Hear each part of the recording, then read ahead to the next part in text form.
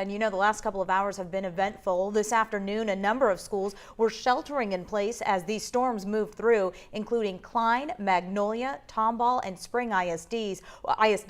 Now, those orders have been lifted, but please make sure you check with your child's school before you arrange to pick them up. All right, now let's go live to East Bernard, where Brett Buffington is standing by with more. Brett. And Ricky, you heard Erica talking about that storm that she tracked through Columbus down to Eagle Lake. It moved through East Bernard earlier this afternoon. Behind me, you can kind of see the outline of the backside of that storm, but I want to show you some of this video we shot just off of 59, 11 miles south of Beasley.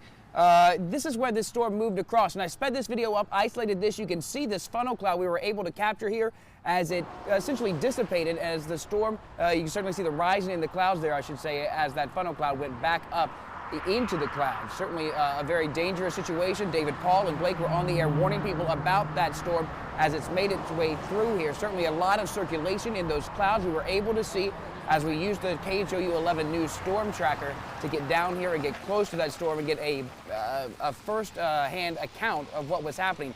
Here in East Bernard, we found no indication of any storm damage. Haven't talked to anyone who has any storm damage. Of course, going to go back a little bit to the west after we do this live shot and see if there's any damage back behind this storm. But again, a very dangerous situation with that cell that moved through here. The good news, it doesn't look like it caused any damage, at least in our area. Mia? Glad everything checked out okay in East Bernard. Thanks so much, Brett Buffington. The storm cells threaten communities in the Woodlands, Spring, and Cypress. Jessica Borg is live in Tomball, where the rain really came down hard. Jessica, what's the situation like now?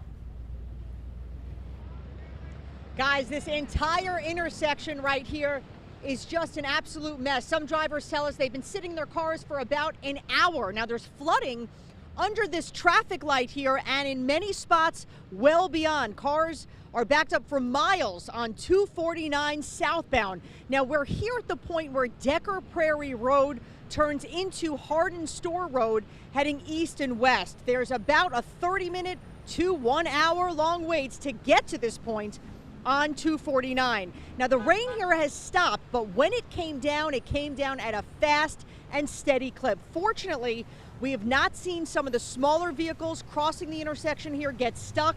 At the deepest point, there seems to be, well, about a foot of water that cars and trucks are up against. This is, of course, the site of ongoing construction on the roadways here, so drivers we spoke with say they're used to some degree of backups here, but not this long. Now, a little further down, portions of Klein Memorial Park Cemetery here in Pinehurst are also flooded. Again, if you can avoid 249 southbound right now, do try to do so. In some areas, it is just a complete standstill. The good news is that the traffic lights are up and running and aren't down right now.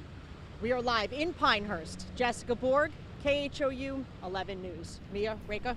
All right, going to be a long ride home. We'll take it from here, Jess. Thank you. Today is a good example why you need the KHOU weather app so you can stay weather aware. You can enable your phone for alerts and urgent updates, and we are also answering your severe weather questions live on the KHOU Facebook page.